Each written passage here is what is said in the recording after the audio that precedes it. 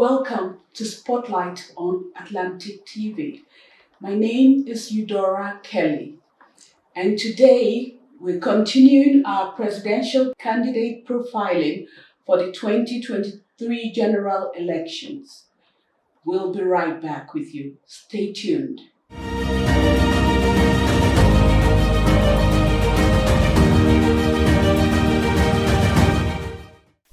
Today I have with me the presidential candidate for the African Democratic Congress, ADC, Mr. Dumebi Kachikwu. You're welcome to Spotlight on Atlantic Television. Thanks for having me. I would more or less call you a new kid on the block. Would I be wrong if I say that? Because this seems to be your first foray into politics on the national stage. That's correct. You seem to have been making waves because you more or less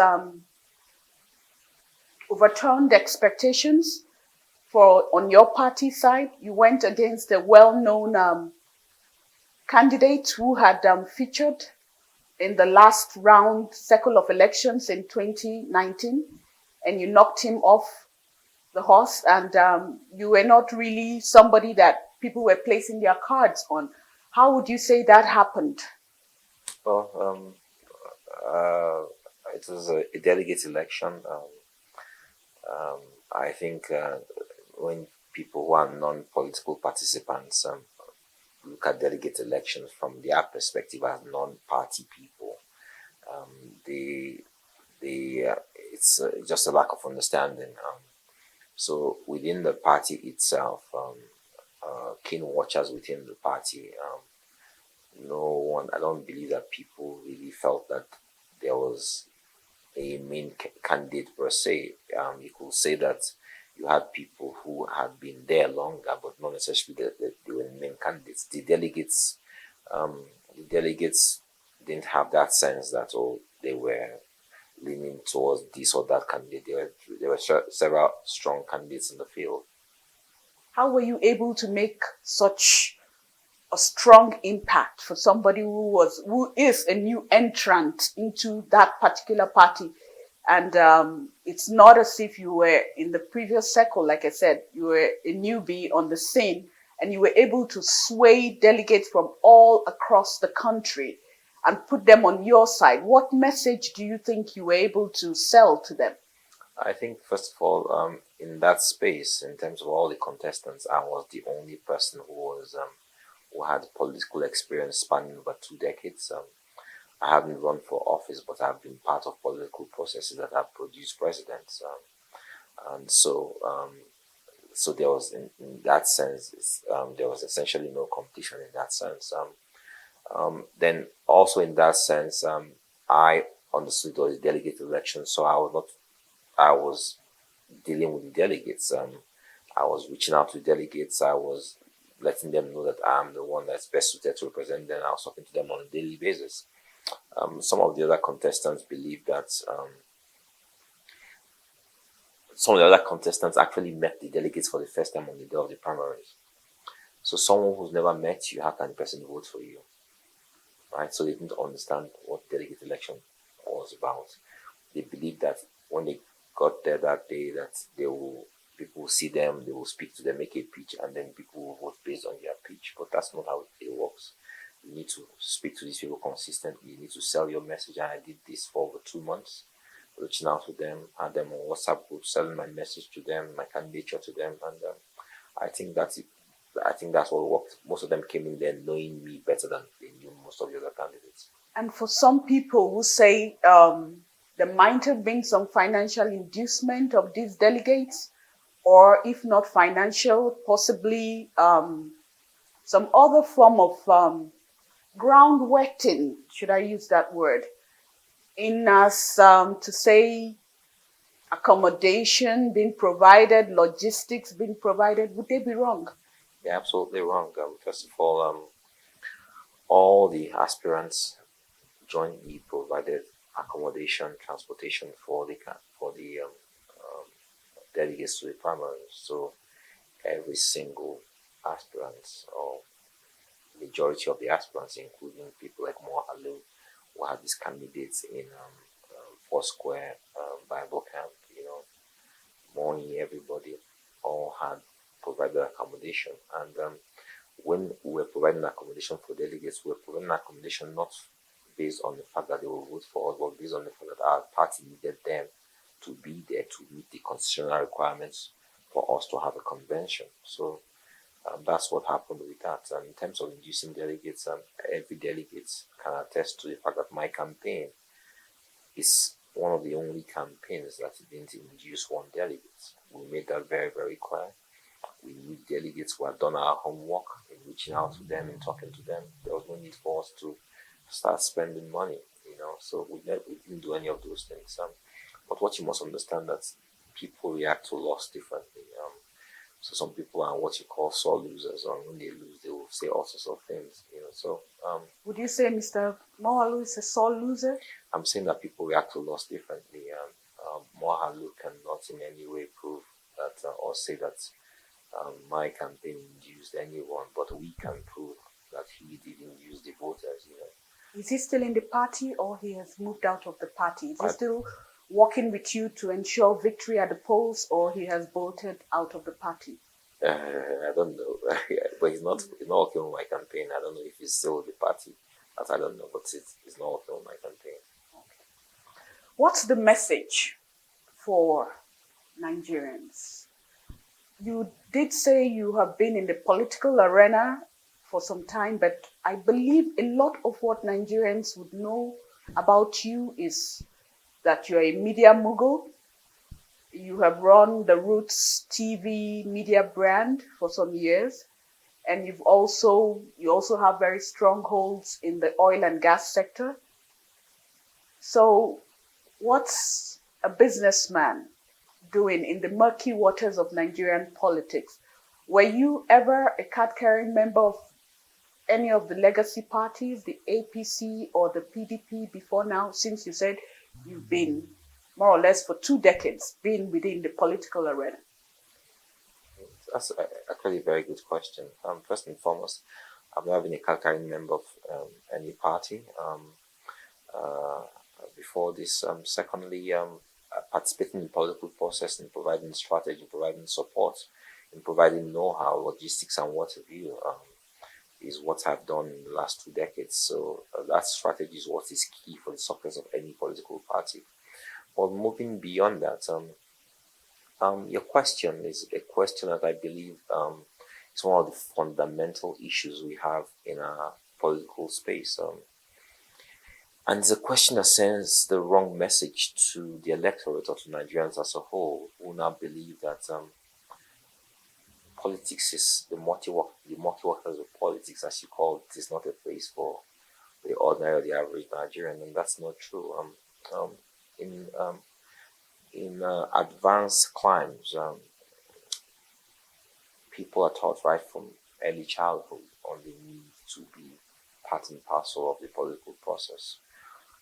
People don't leave that process to people who are professional politicians. And would it be right to call you a pastor? I know you have some, I'm sorry for butting in, but I know I've watched some of episodes of you speaking about spiritual matters.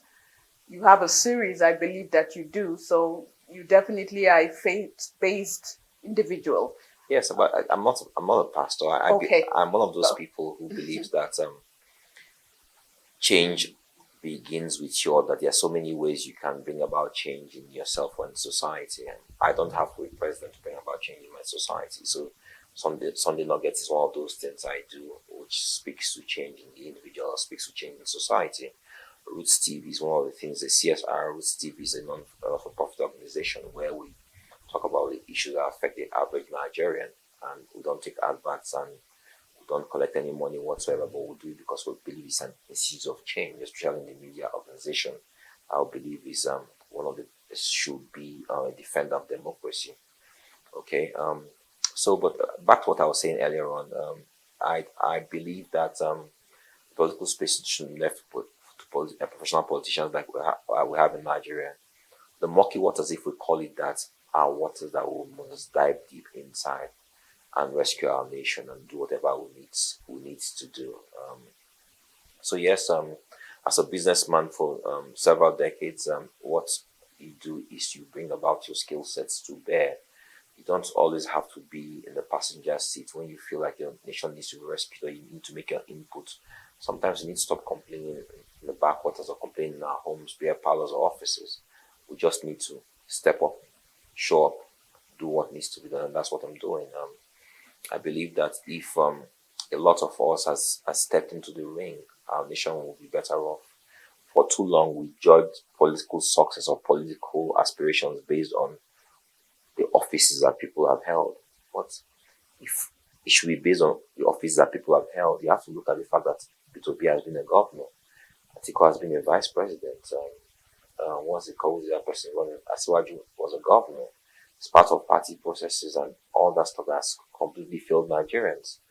And that's what we should then judge them by, not so. Yeah. And what makes you want to take a big bite of the apple? I care. So much. I care. Let me say, what makes you want to take a big bite from the national stage? Some people would say, well, we don't know him in the political spectrum. Why didn't you go in and from your state, maybe from Delta State, where I believe you're from, why didn't you start maybe from the gubernatorial or from the senatorial? Why did you say gubernatorial? Why didn't you say start from being a councillor in the local government and then? I know from the little interaction I've had with you, I know you're a man with big dreams. I seem to have that sense. Okay. So I know going to the councillorship would not have... There's nothing, it's all about service. There's nothing wrong with that, where you're starting from, everything's service. I believe that the councillor is probably more important than the president. It's all about service, so there's absolutely nothing wrong with that. It's just the perspective we have of it. And people would say you should have garnered some experience from these other areas. Tell you what, and I want Nigerians to hear me loud and clear. Never make this mistake again. What you're just hearing now is the biggest mistake we've made in our political history in Nigeria. Experience needed to run office or run government office is not experience garnered in government offices. The housewife who earns 30,000 naira managing 6 children is a better manager of resources than anyone in the current government. And most of them have been governors, ministers, and done all sorts. But the woman who's managing 30,000 naira for 6 children is a better manager of resources. So we need to understand what skill sets are needed. What do you need to be a leader? We confuse that a lot in Nigeria, and that's why we get it wrong and bring in the wrong people. And what are the skill sets you believe that you will bring to the office? I'm getting there. In Ukraine, the current president of Ukraine, a lawyer by profession, a comedian, became president and now a war hero, leading his people in a time of adversity. Never held political office one day. Obama was a grassroots mobilizer. From there became a senator and then became the president of one of the largest democracies in the world. He was never judged by the things we used to judge people here in Nigeria, and that's why we keep on getting it wrong in Nigeria again. I've said a housewife will be a better manager of resources because she's managing her home. So let me tell you. Okay, the skill sets. What are the skills? Yeah, because you're wearing a shirt that tells me Dumebi has come. Yes. So let me tell you. Dumebi has come. So what is Dumebi bringing? The number one skill set any leader needs to have is the ability to love or care for his people. That's what's been missing in successive decades of leadership in Nigeria. If we had leaders who cared, you won't have thousands of people in kidnappers then across the country. Our borders will not be porous. Our naira will not have crashed the way it has crashed. We won't have about 40 million, 50 million odd people in the unemployment markets. Our nation won't be a nation that's where our youths are selling human organs, where we're exporting when we're importing terrorism. If we had leaders who cared, because we had leaders who had been judged by the fact that they were local government chairmen and we held one political office and we used that to keep on promoting them, and all the offices they had held, they did nothing, and we continue to promote these people who have never cared for us. Our current president, President Muhammad Buhari, cared so much that he went through the process of wanting to be president 3 times, which he failed. And the 4th time, he was in tears. I believe that's emotion driven. He cared to cry and say, I've not been given this opportunity. So if you say caring, I don't know how else caring comes. So let me ask you a simple question. What did you know of Buhari before he came back the second time? The world, all Nigerians knew that this was a dictator. We knew his first attempt, the first time he was head of state, he was a failure. We all knew that. That's what we knew of President Buhari. So when you bring Buhari and put on a tuxedo on Buhari, you have him wear the Igbo cap or the Yoruba cap, whatever it is, and you try to sell him as a reformed Democrat, does that make him that? Absolutely not. We all knew who he was. Let's not deceive ourselves. We all knew we're being sold lemons. Was he a failure? Was it not an aborted? He was kicked out of office. Did he fail in his first tenure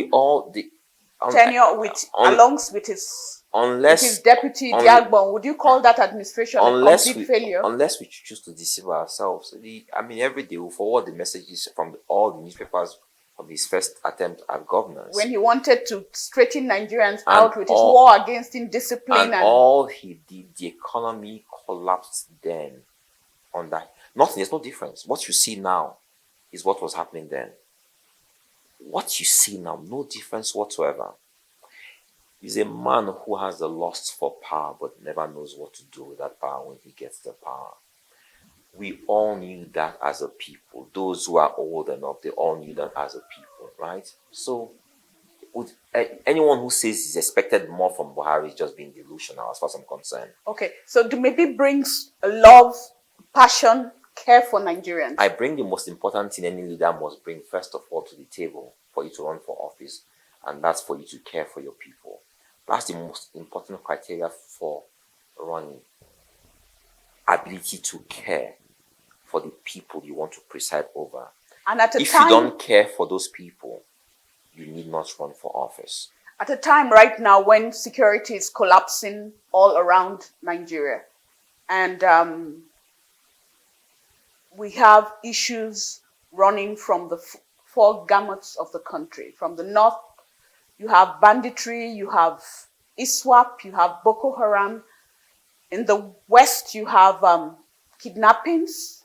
In the south, you have rampaging oil bunkering and militancy still at a low cadre, a low level. In the southeast, you have agitation and IPOB. What experience are you going to bring to bear to handle the security challenges that are bedeviling this country? Right now, Abuja is under siege, more or less. The country is strangulated. I said the first criteria of any leader is, first of all, to care. If you care, when your nation has a security challenge, you rise up to the occasion and do something about it, right? Now, in our current situation, we see that the president is doing nothing about it because he doesn't really care. Okay? But what's my experience? Let me tell you this. I'm the only candidate in the field who has multi-sectoral experience in all the sectors where Nigeria has failed. I'm the only candidate in this field who can write my policy statements for all those sectors unaided. I don't need anyone to write my speeches or write my policies for those sectors. In every sector I have worked, I have operated in all those sectors. So I know what needs to be done in those sectors. Yesterday or 2 days ago, I gave an advice to the president. I said, in security matters right now, we're at a point where we'll fail, but he immediately needs to harness the personnel from civil defense and from the police, 100,000 people to complement the war effort and take on these people. As he clears our farms, clears our roads, clears our cities, we need to get our people back to the farms so that we can start getting food. We have a food crisis right now, and there's escalation in food prices, so that people can get back to the farms. We need to, at the same time, start planning medium-term to long-term, bring at least 1 million conscripts into the Nigerian army, because the war is not going to go away. These are people who are there. They're not only foreigners, they are Nigerian. They're Nigerian youths who don't have jobs, who are getting better pay from these people, right? They get 800 million naira in 3-4 weeks when they kidnap people, whereas they have not had jobs for 3-4 years. So they will do it. So we need to plug all the holes in our economy. We have a bunch of people who approach the economy from a one failure point of view, whereas our country is like a bucket with many holes. So you have those many holes. So if you plug security, what happens to economy? What happens to education? What happens to non-performing government? What happens to the healthcare sector? A lot of journalists come and ask this question: what's going to be your major focus? And they ask that question because this is what politicians have sold to them. When I'm in office, my first priority. No. The nation has failed on multiple sectors. So you need to first of all come in with the ability to care enough to say, I want to take on this task. I care enough for my people. And when you get there, you put the right people who work with you and plug all those holes simultaneously. They don't understand this. The problem is bigger than them. That's why when you have a global recession and a global inflation, what are they doing in Nigeria? Increasing taxes, increasing duties at the port, where other nations are reducing so to incentivize businesses to run.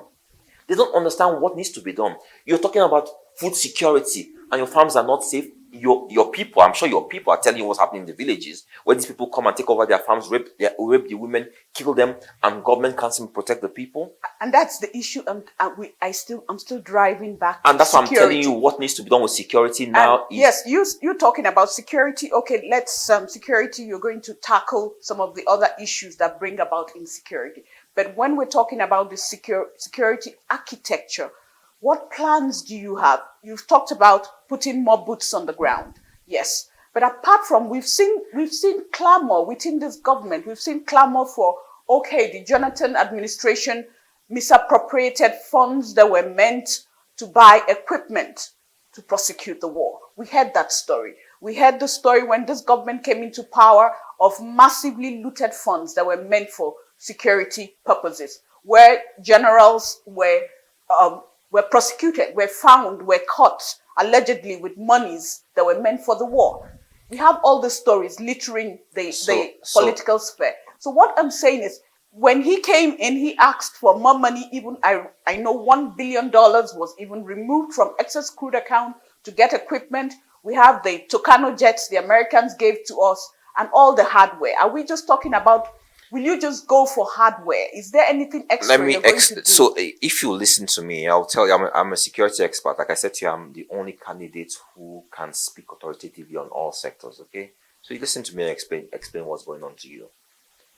Jonathan government, they misappropriated funds for security, yes. Buhari's government has done that, yes. Is that the reason for our failure, security failure? Just a minute reason. Understand what's going on. I need Nigerians to understand this right now.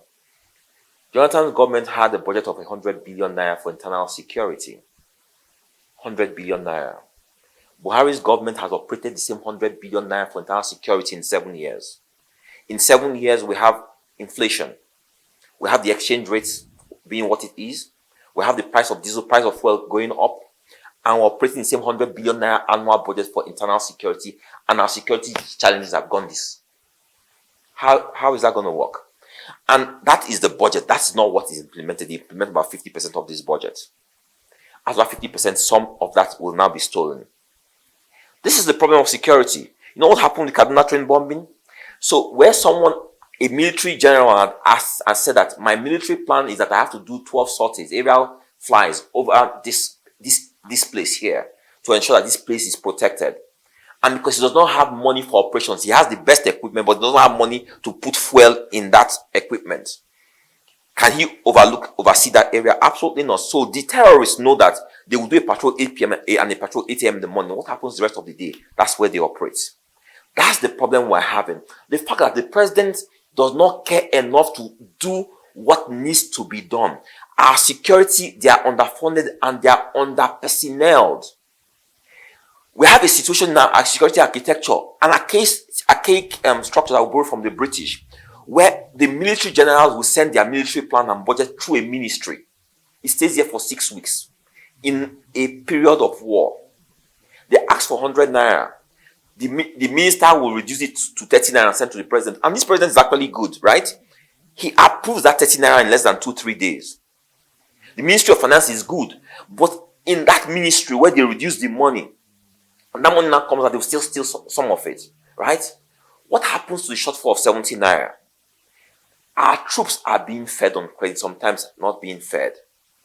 We need to understand what is going on and know the lapses in our security architecture, since you choose to use the word architecture. So if you know where the problem is, you know where to plug the holes.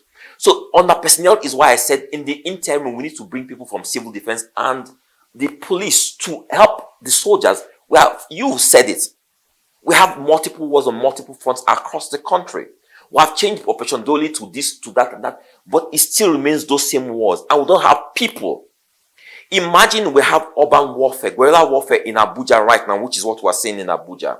Are you going to pull the people in Yobe from Borno or from Katsina or the people from the borders to come and fight this war here? How many people do they have? So you don't have enough people. And Nigerians as a people don't understand that as a nation, we don't know we're at war. It's the only nation at war where the people don't know they're at war. You are from a media organization. Let me tell you this, every nation at war, headline news every day. Check out all the nations at war. Headline news every day is about the war. What's our headline news every day here in Nigeria? So if the people don't have a sense that they're at war, can anybody patriotically volunteer service to say I want to be a conscript? This is a government that told us that the war has been, the bandits it's and not the what the has government been has degraded. said, my dear They've been Eudora. degraded. It's not what they've said. Yes. We are journalists. Yes. I am in that space. Yes. We know what the truth is. So forget what they say. What do we tell the people that is really happening out there?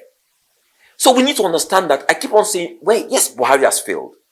But the truth is that even I do, maybe we all failed as a people because we knew the truth, but we chose to stick our heads in the ground. What happened to the people who are in those far-flung places that in IDP camps they are being killed day and night because it has come home to us, nearer to us? Now we now feel threatened and we're not saying that Buhari should be impeached. What happened to those who are his accomplices in the National Assembly all this time? When those people were killed, they have names: Amina, Sokirat, Bala. They have families. We just don't want to be honest with ourselves as a people in Nigeria. Wouldn't you accept that the war has more or less, as you put it in quotes, has changed? Because we had a period when Jonathan was in government, we had a period when local governments in Borno State, which was then the theater of war, were excised by these insurgents and said to be under their control. But when the Buhari administration did come in, we must accept that even in the twilight of Jonathan's administration, some of these local governments, with the help of the mercenaries, were liberated. And when he came in, there was also a push on the insurgents. And more or less, some of those areas, they were pushed more towards the border with Chad and with Niger. A lot of that happened. There were gains. We must admit there were gains. But then again, we had a situation where the security now morphed away from just the insurgents we're dealing with in the northeast to now banditry and kidnapping, which more or less were just within the Zamfara area, the northwest. Now we had the northwest, the incursion into the northwest with what were called now bandits, who have now maybe had a handshake with the insurgents, and now we have a situation we don't even understand. So if you were to say we're in a situation of war, who declares war? Definitely it's the government that's going to declare war. The citizen, you and I, can't come out and say we're at war. Okay, answer your question with a simple statement. Ask the people who are in Yobe State if they're at war. Ask the people in Borno if they're at war. Ask the people in Adamawa who've lost family members, who are victims if we're at war. Understand that you must not see this from your focal lenses sitting in Abuja. We must say what's going on across Nigeria. Jonathan's government brought in mercenaries, yes. Can we attribute the success to just the mercenaries? Then what happens to the soldiers who were dying in that war? Nigerian troops must understand have quelled wars in other nations. They have the capacity to quell any war in Nigeria. They are just being mismanaged because of political reasons and because of financial gains.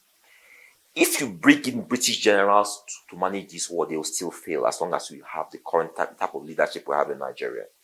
Let's understand that. The wars metamorphosed because people will change strategy based on what they are seeing out there. The soldiers will change their strategy, the mercenaries change their strategy, the insurgents or the terrorists will change strategy. It's expected. Is that what the real issue is? Absolutely not.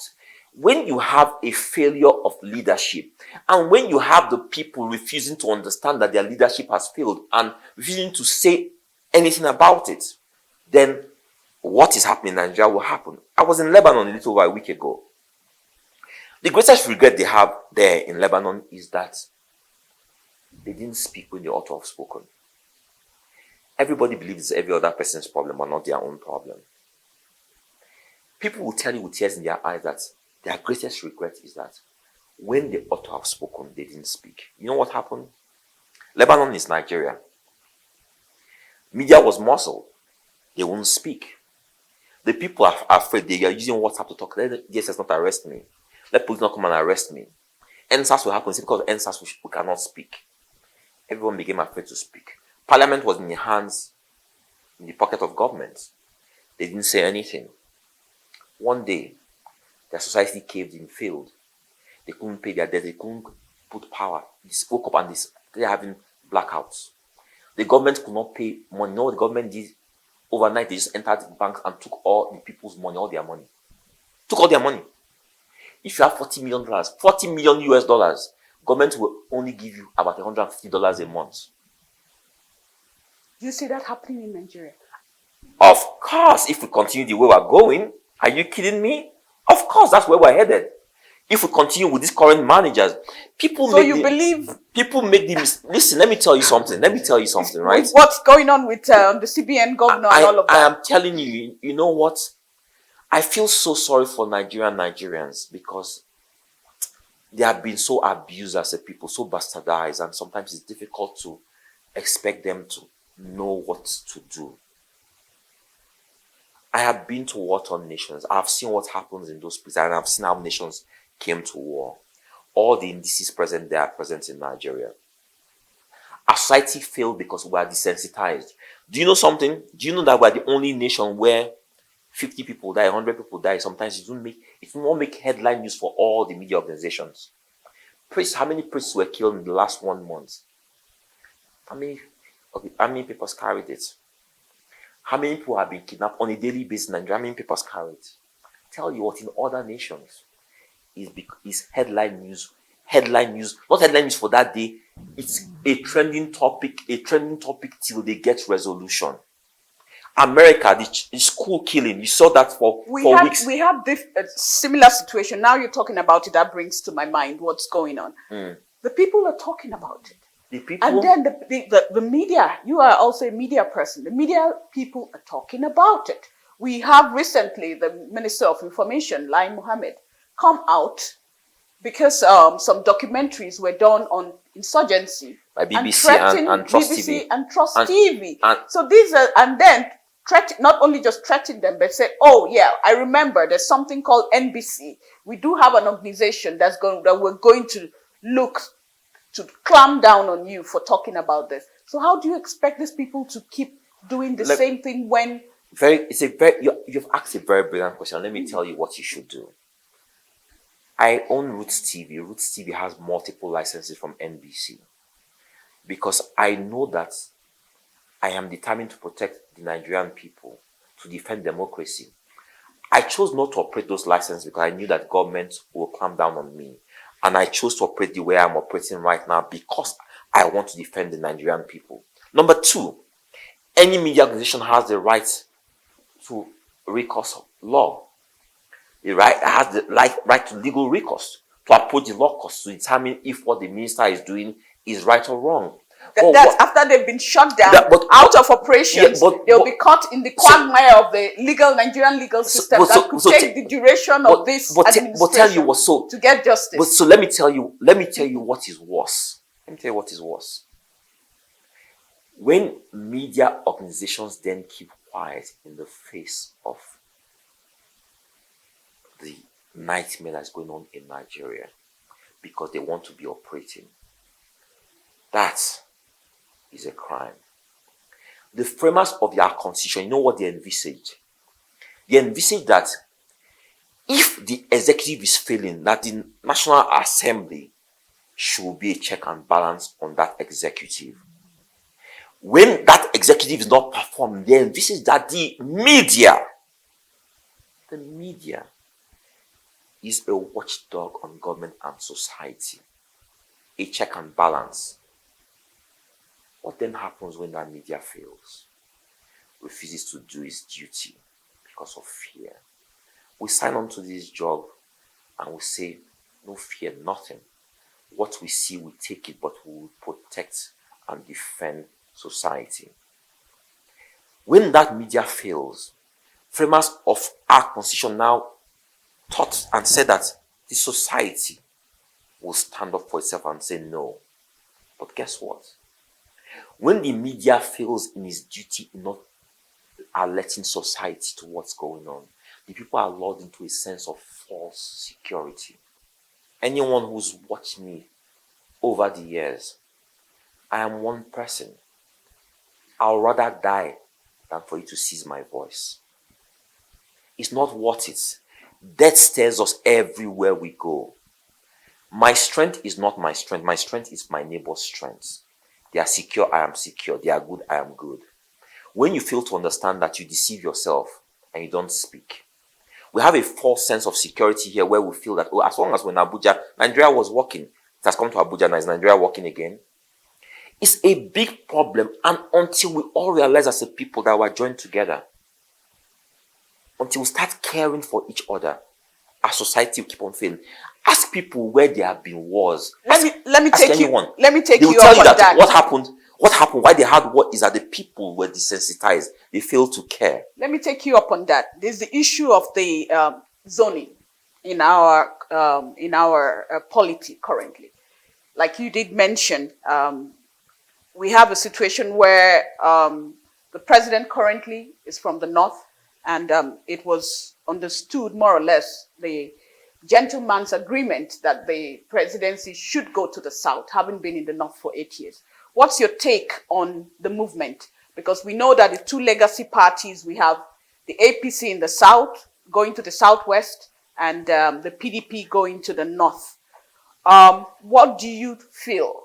How do you feel? Do you believe that it's the turn? And then we have the issues, like you just said, your security, my security. We have the agitations in the southeast that, a call for breakaway and the Biafra question. How would you, I want to put you on the spotlight for that. Nnamdi Kanu, yes. Is he your kinsman? And if the question is yes, are you one of those, in the opinion that he should be given an amnesty and should be let out to go? And how would you handle the Biafra question? I love your questions, right? And I want you to hear me as I take you through the maze of questions you've thrown at me. I'm a Nigerian. And that's what's most important to me. I'm a Nigerian. When I present my passport to the world, it identifies me as a Nigerian. I am a Nigerian. For too long, we let how we're bettered, or how we're created by the British and divided along ethnic and religious lines. We let that be our mainstay, be our culture, be who we were. And so we continued with our divisions. Geopolitical zoning. We are proponents of zoning, this zoning, that. You mentioned gentleman's agreement. Dora, were you there? Did you sign any agreement? You as a Nigerian. Who signed an agreement on your behalf? But if there was indeed an agreement, the PDP has it in its constitution. If there's indeed an agreement, let me tell you something, right? Until we build a society where you get to a position, you man an office because you are the best qualified, irrespective of your tongue, tribe, religion, we will not have a functioning society. Until we do away with ethnic cleavages, religion, in our body polity, all these things talk about, the things that divide us, we will not get anywhere. Because people will continue to use your divisions to divide you. So, I'm answering your question. I'm getting somewhere with this, my answer to the question. So, we need not talk about zoning. Let me tell you something that was very funny. Okay. So you understand this issue of zoning. You're not a fan of zoning. You don't believe in zoning. I absolutely not. There was this clamor by Southeastern people that so the turn of the Southeasterners. What happened when the parties? They've never had a shot at it. And what happened?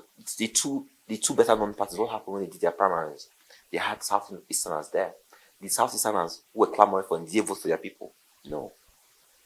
It tells that zoning is just there for people to steal power, and they don't care about their people. That was a real life example we just saw a few months ago. And that's why the Southeasterners are clamoring because they feel hard done by this government. What we should be clamoring for is we should clamor for a country that works for all, where you don't care the religion of the person who's leading you as long as he's delivering the dividends of democracy to all Nigerians. Let me tell you something. Within the Southeast, you have competent men and women who can be president, who can hold any office in Nigeria. They should run on the merits of their capabilities. You know what? And that's why you have a Peter Obi? Can I ask you a question? Let me ask you this question.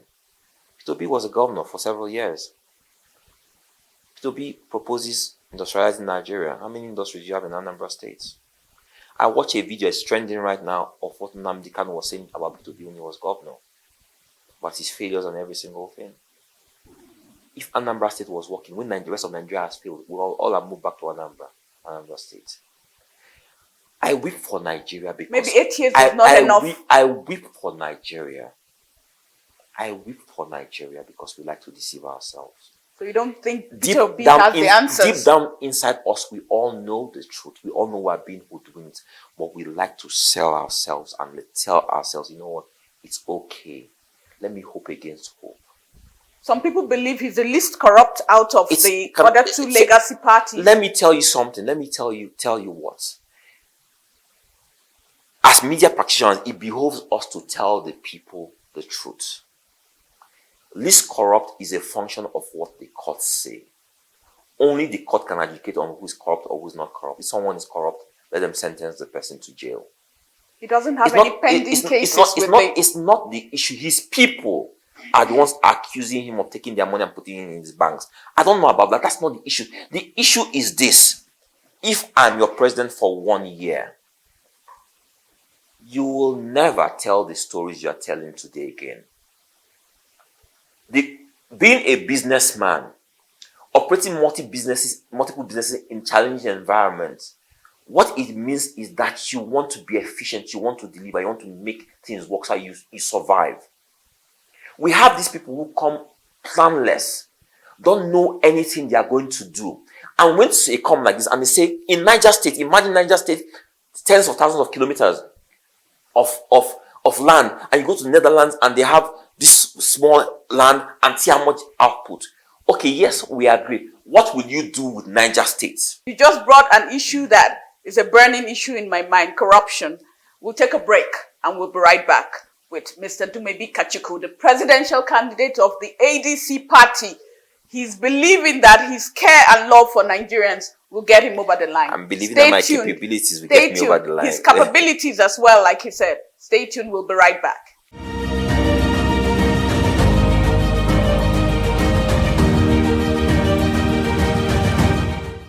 Welcome back to Spotlight on Atlantic Television. We're still with Mr. Dumebi Kachikwu, the presidential candidate of the ADC party, running for the presidential spot for the 2023 elections. You were just mentioning the issue of corruption, and we had just moved away from that. And that is one topic I want to press you on. You've had some run-ins with the law under several, the EFCC has come after you on allegations of bribe taking as concerning Mr. Ndudi Elumelu. That's on one leg. And then on the second leg, you are a sibling to the former Minister of Petroleum Resources. And within the first tenure of this administration, and there were some allegations of some underhand dealings, as well as money transfers with First Bank and all of that with the EFCC. How do you respond to those? And you're going to come and want to take care of corruption. Corruption has been a major bulwark for this administration. How would you sell yourself to Nigerians to fighting corruption when you have corruption allegations hanging on your neck?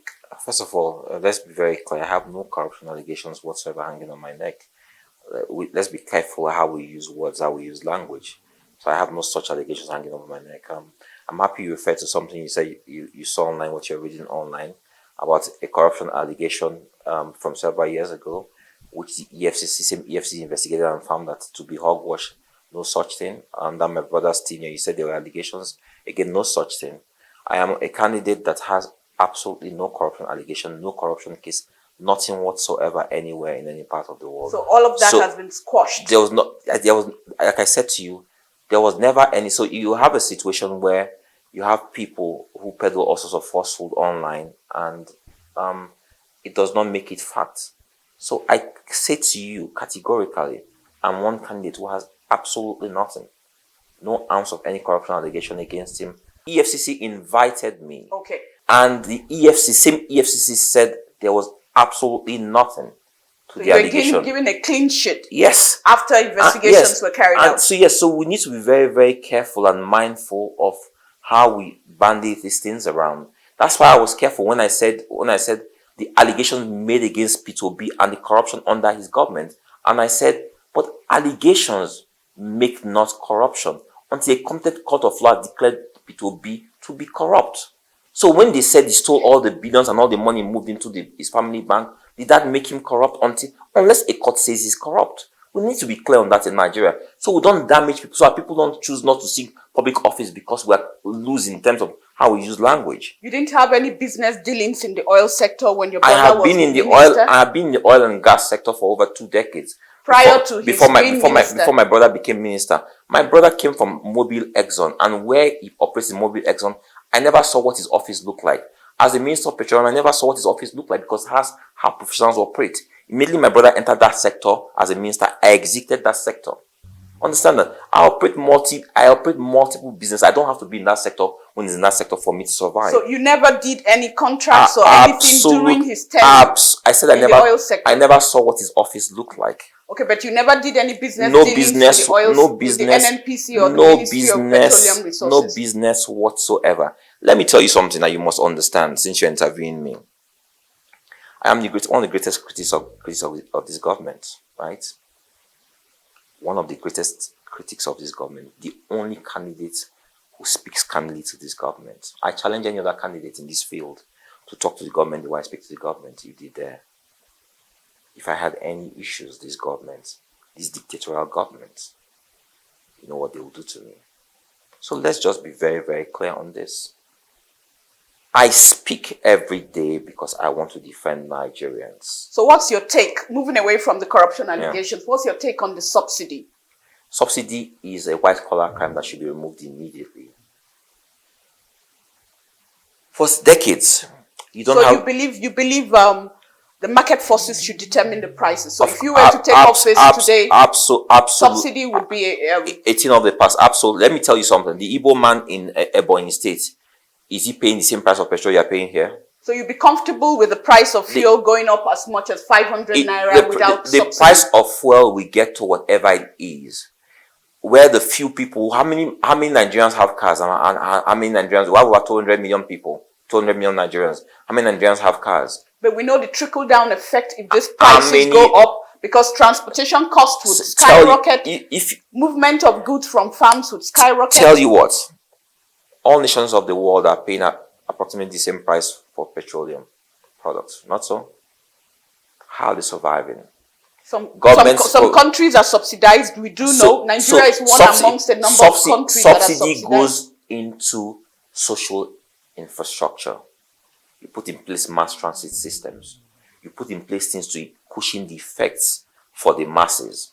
You don't take subsidy and put it into the hands of a few people. Nigerians are suffering. Our economy has collapsed because we keep on saying subsidy. Those who ought to know better this government came in and said, when they were in the opposition, they said, oh, subsidy, there's nothing like subsidy. Subsidy is corruption. There is nothing like subsidy. They came into government, they changed the tune of the song. They said, yes, there is subsidy, but now it's not going to the major marketers and the independent marketers. And then someone else is stealing. NNPC is bringing in products, and crude is going out, and refined products are coming in. You understand the sector. Yes, so let me tell you what. In a brief sentence, you are an oil mogul. So how would you tackle that issue of subsidy? Very simple. What happened on Buhari's first term, when my brother was the GMD of NNPC, and what's happening now? two approaches. Understand that subsidy is a white-collar crime. There are some people who come, they'll tackle, they will remove it immediately. Other people see it as a loophole to steal. When I criticize Buhari, when he does good, I will also tell you where he has done good. Our president has been deceived because he's been told all the time that these masses voted you in. If you remove subsidy, they will suffer. The president cares about that, and that's why they're using it to steal money. President Jonathan wanted to remove subsidy, and you saw all over Abuja, everywhere, all the cities, we had mass transit buses to cushion the effects of transportation on subsidy, right? What happened to those buses? We must go back in that direction. Let me tell you, look at industries, businesses, diesel, price of diesel, where there's no subsidy whatsoever. For how many months now? And it's crushing the manufacturing sector. It's crushing. Yes, and so many are fleeing and going to Ghana or other neighboring countries. It's crushing that sector, but tell you what is crushing that sector more. It's not about the price of diesel. No. It is the exchange rate. If our exchange rate was better managed, you won't feel that. You won't get to that 800 naira. So what? Monofocal economy, exporting nothing, forward sold oil, and now we have some months where we have no oil to sell because the one we sold from years ago, they are come to pick it up now. That's what's going on. So the people are suffering, not knowing why they are suffering. But the people must understand that our economy is being mismanaged by people who have absolutely no clue whatsoever. And that's why I'm totally against when people say this stuff about people who've held political office who've done nothing with that office. Nothing. I keep on saying this. Bring in any woman who manages 30,000 naira and give her one of these parasitals to manage. She's better of managing that parasital for you. Would you say your brother was a good manager of the oil sector while he was there? I'm sorry, I'm getting personal because you talk about management, because he had told Nigerians at some point in time that if he was not able to do certain things, he should be fired. And I'll say this to you. In the history of that sector, he's my brother, yes. But in the history of that sector, they've never had, I don't know if for a long time they will have anyone who understood, who performed in that sector like he did. So you would give him, what grade would you give him? In your opinion, what grade would you give him? I will say, let me say this, and this might be an exclusive for you. I will say this, that at the point where he was no longer allowed to do his job, he should have resigned honorably. I would have done that. That's interesting. I would have done that. So I feel at the point where you come in and you're not able to execute to your best ability, we ought to learn as Nigerians that if they don't allow you to do the job you've been hired to do, leave the place. You walk away. You walk away. You understand? We ought to learn that as Nigerians. Just taking you right back to the question of Nnamdi Kanu, I think we were caught up and you didn't answer the question. If you could quickly what would you do in a situation where if you were to resume office today and he's still incarcerated? It's very simple. I will review the facts of his arrest. I will let Nnamdi Kanu be tried in open court where he doesn't have a kangaroo trial, where Nnamdi Kanu has a first-class defender in the person of Michael Zekome. Allow him be tried in open court without any government interference. Let the government make their case. Let Nnamdi Kanu defend himself. So you wouldn't give him any amnesty? You wouldn't spring him out of detention? Let me tell you something you have to think about very, very carefully. Boko Haram happened because state actors killed somebody, and then Boko Haram increased. If you don't give Nnamdi Kanu his day in court where he's able to defend himself and where a competent court of law will say, Nnamdi Kanu, you are free of your charges, what will forever happen is that in the southeast, I don't know if that's where you're from, I'm from Delta State, I'm Delta Igbo. In the southeast, there are tens, scores, hundreds of people who have lost their lives. Unknown gunmen, IPOB, this, that. They are family members. They have siblings, they have parents. They are watching. Those people are potential Nnamdi Kanus if you don't allow the law take its course. If you do anything to interfere with that process, those people are potential Nnamdi Kanus tomorrow because they will feel cheated by the law. The best thing you can do for a lot of the stakeholders in the southeast believe that if he's let go, it will be a form of ameliorating the hurts and the pains for the desperate cry for an independent nation, that the Biafran cry of call, which you also identify yourself as an Igbo, that there's a cry there that they want to have a nation of their own. And a lot of people believe that Nnamdi Kanu is the key to unsolving this mystery. Eudora, let's be very careful about when we use bandy words like a lot of people. The most vocal is not always majority. I am from that region. I have the information of what's going on there. I see the sufferings of the people. The economy of that place has been degraded with the shutdowns and everything. People have lost their businesses. People are being displaced. People are being killed on a daily basis. So you don't agree with the sit at home on Mondays? Absolutely not. Okay. Who does it serve? So the people, the Igbo people who are the engine room of the Nigerian economy, they are losing their livelihoods. They are suffering. How do you ameliorate their pain of being shut out and not being given the opportunity? The Igbo people have some of the most competent people in Nigeria for any office. The Igbo people should present themselves on the merit of their competencies. If they present themselves on the merit of their competencies, you will find that it might even be difficult to find anyone to surpass their talents or their capabilities. You see something? We do ourselves a disservice, and we do a disservice to the Igbo people with the way we approach this clamor. P2B is suffering from this right now. West sections of Nigeria don't want to hear anything P2B because it's associated with a clamor. Their hearts associated with the civil war that have not gone. The Igbo people are best served coming to the limelight, coming to national office through showing true competency. When they get their true competency, the world will judge how well they've done. People will trust better. It's so funny if you go to the South, Rivers, other places, there are people who say, no, Igbo, no. We don't realize what's going on. So we clamor in a wrong direction. We are not strategic about our approach. We believe that because Odua did this, they did this for Yoruba people on the passenger, that they should use that approach. You have that people did this. No. We ought to realize that there was once a war in this nation. We ought to realize that history was not properly written, and lots of people have wrong notions.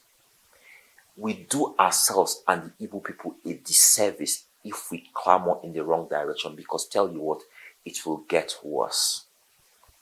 We need to approach this the right way. Those are some of the most competent people we have in the world.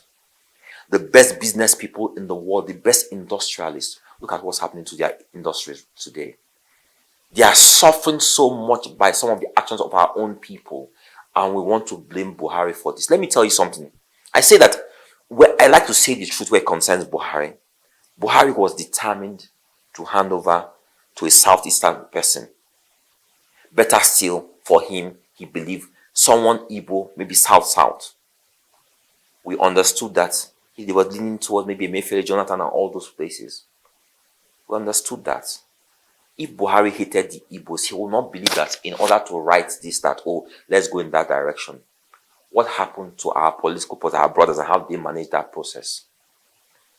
We must be fair to ourselves and tell the truth the way the truth ought to be told.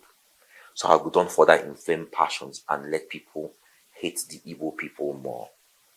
Only the truth can help the Igbo people. Okay, we'll take a brief look into the issue of women participation in governance. We know that the women groups came up with a 5-point agenda, a recommendation for constitutional amendment to the National Assembly, which the National Assembly looked at, and the House of Representatives, okay, 3, and the Senate stepped down all 5. What's your take? What would you do? Would you assent to those 5 demands from the women groups of the country if you do get into office? And what would women participation be like in your government? So let me ask you a question. If you are the governor of Niger State, for example, and they said that we must have 3 women as House of Assembly members, right? How do you choose which constituency those women should come from? So you're saying you don't as a woman and as a you governor don't of a agree state. with, No, with I'm just saying. participation. I'm just saying that giving women affirmative action in governance. What I'm trying to say is this: there are so many things we do for purpose of lip service. We don't think it through. We don't think of the practical aspects of what we're saying, and we're doing women a disservice. As the president of Nigeria, my task is to make Nigeria work for everyone. If Nigeria works for everyone, what do you see? The women in private sector who are thriving in the private sector now, how many female MDs of banks are we seeing today? How many female MDs have we seen on multinational companies? Are they not working? Are they not there because the private sector is working? We need to make... But then you look at the percentage of these women you're talking about in the private sector. It's minimal. Tell you what. If you look at the number of companies or number of banks we're talking about, number of women in those offices, it's not minimal. So you're saying women should get to where they're going to based on competence, not on affirmative action. I am telling you that affirmative action must have a clear-cut plan that works for the women. I believe in affirmative action. I believe that how they've structured this is not practical, and the people saw this and said, how are we going to implement this without causing crisis? So we keep on passing bills that are not well thought out. We want to bring those bills, but absolutely, I believe that a society should protect the women, the weak, young, the elderly, the poor. Every society must protect these people. So you must put in place structures, processes that help these people climb up. You must help women by ensuring that women have 0 interest loans. You must ensure that women in certain positions, that you must have a certain quota for women to get there in societies like us where we keep on wanting to put women down. But you must do it in areas where it helps the women get a leg up, so that those women become visible and have the abilities to compete with the men. Get them up there so that the women have the resources to compete with the men. Why are the women dominating this sector? Because the men are visible, the men have the resources. Empower women financially, first of all. So what steps would your government take to make sure that the women come to the table? Since you're obviously saying you're not too sure about how women will be picked in House of Representatives or within the state levels to come up what the women are asking for. It's very simple. So tell you what. I want to help women. I will ensure that CBN provides monies for the banks to ensure that this money is dedicated to women in businesses, women empowerment. I will ensure that it is a quota system in government for employment. I'll ensure that companies, you have a quota system for your employment for certain cadres, right? When you put those quotas in place and ensure that they are efficiently implemented, giving women a leg up. So you're saying the same thing. No. But I'm not saying that. I'm not saying that in a political process that what you then do is that you say that you must have 30% of women in offices. How do you implement? I ask you a question as a governor. How do you do that? You're not able to answer that because we know that it's not practical. So in the areas that are practical, we must help women get a leg up. We could say maybe to start off with, like happened in Rivers State. Within the local government councils, the governor there had ensured or kind of helped out to make sure that women came up as deputy chairpersons spread across all the local government councils. And what will happen with that is that people can challenge that easily in courts, right? And what that brings about again is a situation where you don't have free and fair elections. The areas where you can help women are appointive positions. You say you have 30%, you have 26 commissioners, you have 30% who must be women. Like ministers, you have this number percentage who must be women, right? So that's different from elective offices. Now, what happens? A woman is a commissioner for 4 years, visible, perform credibly. The woman says, I'm not looking to be appointed again. I want to run for office. She has demonstrated capability. People have seen her. People know her. A woman has done well in the private sector. She's financially buoyant. She can run for any office just like any man.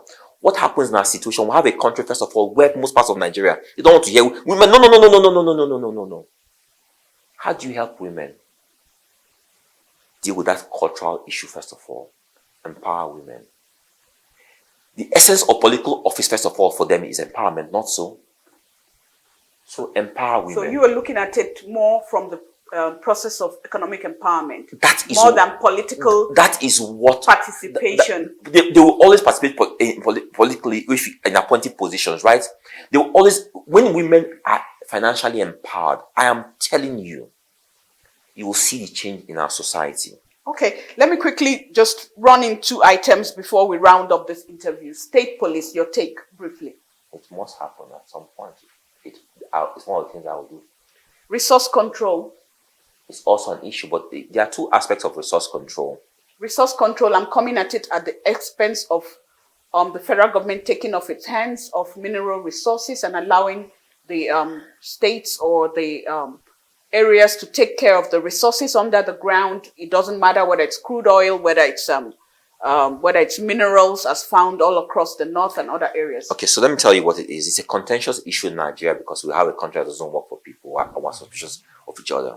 If our nation, if we get to the point in Nigeria where you have a president that represents everyone equitably, right? When you want to amend laws like this, people are not suspicious. People understand that you're amending laws for more efficiency. So you would accept resource control, let everybody go and take care of their business? Tell you something. It is important. And there's no state in Nigeria that is bankrupt, that cannot do well if properly run. Nigeria is one of the only countries in the world where every state, every part of Nigeria is blessed with huge resources. But tell you what, when I say huge resources, people will think I'm really talking about the mineral resources buried within the ground. Yes, we are blessed with huge mineral resources. But Nigeria is about the only nation in the world where the greatest resource we have are the Nigerian people. The greatest resource we have in Nigeria are the Nigerian people. The day we have a government that will unleash that talent into the world, you will see that no nation can trump Nigeria. I've been to most parts of the world. I've been over 100 countries, and in all those countries, I find Nigerians playing key roles in making those nations, those societies work.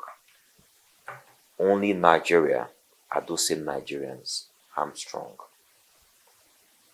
The day we understand that Nigerians are the greatest potentials we have in Nigeria, you will see a country that works for all.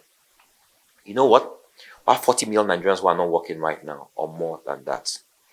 Imagine if these 40 million Nigerians were working and they were paying about 2,000 to 5,000 naira as income tax every month.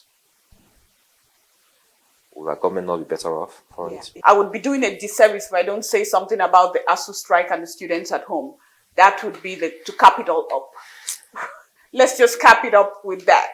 Please, so, what would you do? Because there's an electricity problem I didn't even touch, and then there's the issue of I will answer all those questions. There's the issue of the students with the ASU strikes and all of that. Because everybody says we will handle ASU, and ASU has been intractable all over the years. So let me tell you this, okay?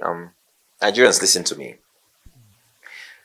I was a secondary school student in the University of Benin, the Mission Secondary School, which is a secondary school within the University of Benin. As a student, I watched these university students who bring us out, secondary school students, to come and join their riots and their strikes. And most of them were in support of ASU. What we saw happening then was that as the strikes were on, a lot of those lecturers started sending their kids overseas to school. That's when we started having this issue of people migrating, going to school overseas. The lecturers started sending their own children to school overseas, and they would dig in to fight government. But their children were overseas. Then government people started saying, well, I don't send our children overseas. Government people send their children overseas. Who was now affected? The children of the poor. Those who couldn't afford to go to school overseas. Since that time till today, is what's still happening. How many months of a strike now? Tell you what. The ASU president says his kids are in school here in Nigeria. That's the ASU president is one member of ASU. Understand this. In Nigeria, you have more private universities than you have public universities. Who do you think are the lecturers in those private universities? The same ASU people who teach in public schools. Most of them have 2 jobs. They're not being paid in public school, they're on strike, but they're getting a salary.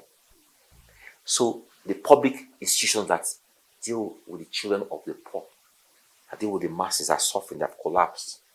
Children of the rich are comfortable in private schools. The same thing happened with our hospitals. Public healthcare collapse, private hospitals are springing up. The rich can afford good healthcare. The poor get nothing in public healthcare facilities. The poor are always shortchanged. How do you solve this? Yes. Very simple. So my first act as the president of Nigeria would be to send a bill I call the Nigerian Patriot Act. It's a bill that says we have shared prosperity. For our problems, we have shared problems. We are all in this together. It's a bill that says if you're a public servant, civil servant, if you're a director of a company that derives its operating license from the government, such as media, banking, oil and gas, what have you, telecoms, you and your family must only use public hospitals. Okay. Your family must use public schools. You must not have a generator in your house. You must not have a borehole in your house. If you travel within Nigeria, you must travel by road unless it's an emergency. Only about 4 to 8 Nigerians are entitled to armed policemen in their houses or policemen in their houses. It's also a bill that says that if you flout any of the provisions of this law, not a fine, no option of fine, you go to jail. I'll tell you something. My oldest kids are in university, and in first class universities overseas, Ivy League schools. My kids understand that I'm proposing this, and they understand I've said to them that it means that as a Nigerian, you have to share the problems of Nigeria. That's your sacrifice you have to make. It means that if I'm someone as president, you have to come back and school in Nigeria. That you contribute your quota and share in the sufferings of our people. The day we all share in the sufferings of the poor people, the day the children of Elumelu, Jim Ovia, Dangote, Buhari, the governors, right?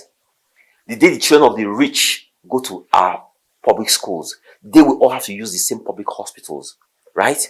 The day I stay and they take light for 12 hours, 3 days, there's no light. And you don't have a generator. You cannot have a generator. You don't have a generator. Or any other if there's no water, you can't have a borehole. You know what's going to happen? Within 1 year, you will see Nigerians.